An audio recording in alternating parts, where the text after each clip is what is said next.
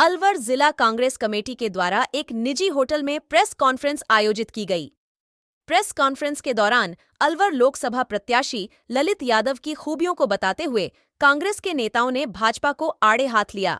नेता प्रतिपक्ष जूली ने कहा कि अलवर लोकसभा का भाजपा प्रत्याशी बाहरी है, जबकि कांग्रेस का प्रत्याशी स्थानीय और युवा है। उन्होंने कहा कि पूर्व में जो मोदी जी ने गारंटी दी थी वह सब फेल हो गई है।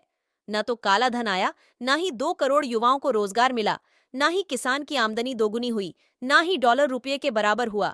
यह सब कुछ देश की जनता के सामने है। साथ उन्होंने कहा कि देश का एक बड़ा घोटाला सुप्रीम कोर्ट के आदेश के बाद जनता के सामने आया है।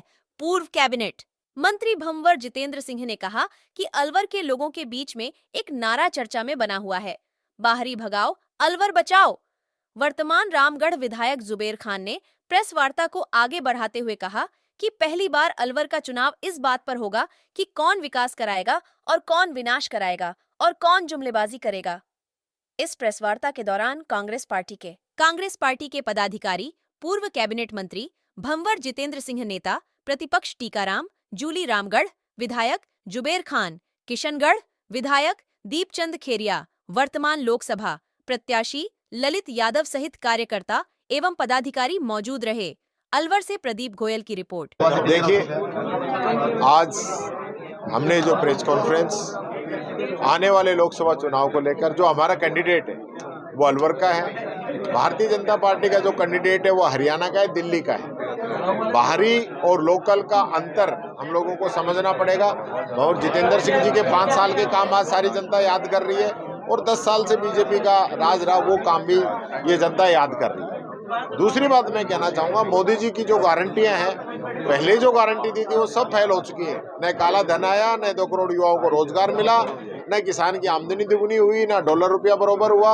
ये सारी चीजें देश की जनता के सामने है। साथ ही साथ देश का एक बहुत बड़ा घोटाला, जो कि इलेक्ट्रोल बॉन्ड के माध्यम से इन लोगों ने ही नई शुरुआत की इलेक्ट्रोल बॉन्ड की, और उसके अंदर जिस प्रकार से इन लोगों ने कंपनियों को डरा के, धमका के, हफ्ता वसूली की तरह इलेक्ट्रोल बॉन्ड परचेज करवा के खुद के खाते में डलवाए हैं, एक बहुत बड़ा घोटाला है जो देश के सामने सुप्रीम कोर्ट के आदेश के बाद में आया है। कोट कासिम क्षेत्र के अंदर जमीन की भी आवाप्ति हो गई, उसका पूरा सैंक्शन हो गया, उसके ऊपर काम शुरू हो गया, और उस एयरपोर्ट को ले जाकर नोएडा के पास खोल दिया।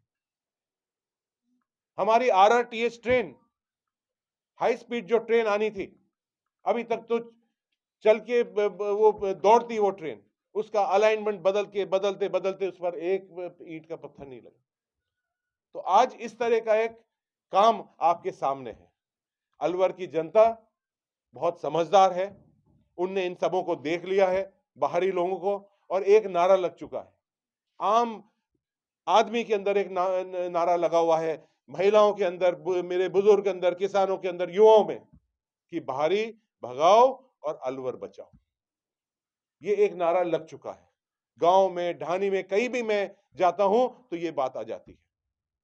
तो मेरा यही आपके द्वारा अलवर की जनता से निवेदन करता हूं कि हमारा खुद का भाई, हमारा खुद का बेटा, जो अलवर के लिए संघर्ष जिसने करा है, जिसको आप सब जानते हो, वो व्यक्ति को अलवर की जनता जिताएगी। और ये जो बाहरी लोग आते हैं अलवर को और राजस्थान को चारागाह समझते हैं, इन सबों को बैरन वापस भेजेगी। धन्यवाद। इस बार पहले विधानसभा चुनाव था, अब लोकसभा की बारी है। क्या आपकी रणनीति रहेगी, किस तरीके से चुनाव को आप लड़ेंगे, किससे क्या मुद्दे रहेंगे?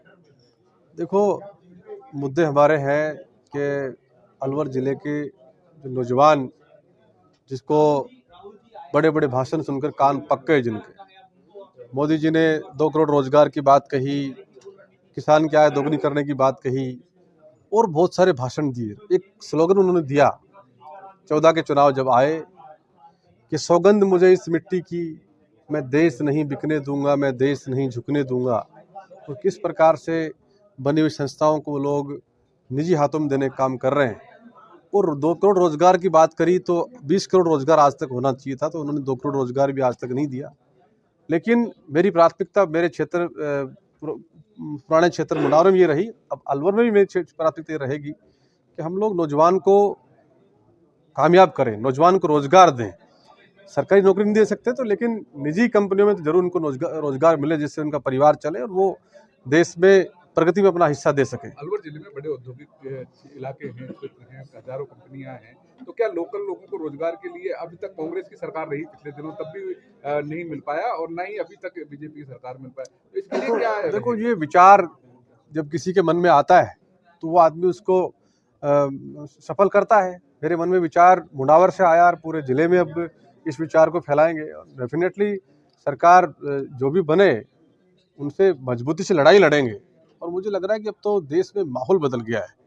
जिस प्रकार से पूरे देश में नौजवान ठगा सा महसूस अपने आप को कर रहा है, अब वो कांग्रेस को वोट दे रहा है।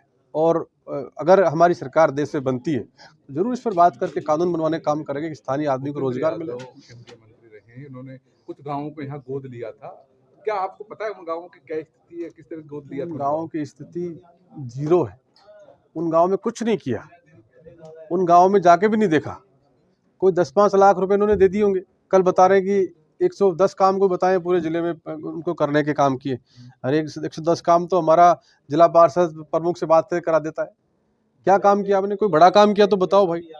आप देश में मंत्री रहे, मंत्री रहते हुए आप क्या काम किया? श्रम रोजगार मंत्री रहे आपने क्या काम किया? एक भी काम तो आपने किया नहीं। अब आप चुनाव लड़ने आ गए, लेकिन मैं आपके जिम्मेदारी से बात कह रहा हूँ, उनका पहला अनुभव है ये। उनका चुनाव लड़ने को अनुभव नहीं है आज तक का, पीछे के एंट्री से हो गए। अब चुनाव लड़ रहे हैं तो पता लगेगा उनको तो किस प्रकार। कि आपको अनुभवी से नहीं, चुनाव का पहले उनको अनुभव होगा, आपको ज्यादा अनुभव? मेरा ज्यादा अनुभव इस मामले में। मैं 2 चुनाव तो यहाँ लड़ चुका विधानसभा के, 1 चुनाव जीत चुका हूँ, 3 चुनाव में जयपुर में लड़ चुका हूँ छात्र जीवन में। तो मेरा चुनाव लड़ने का, डायरेक्ट चुनाव लड़ने का अनुभव मेरा ज्यादा है। लीजिए, आपके सामने जो है वो बड़े कद के नेता, फिर किस तरह मुकाबला रहने वाला है? देखो, कोई मुकाबला अलवर जिले में कोई मुकाबला नहीं है। अलवर जिले में मुकाबला पहले बना दिया लोगों ने जातियों के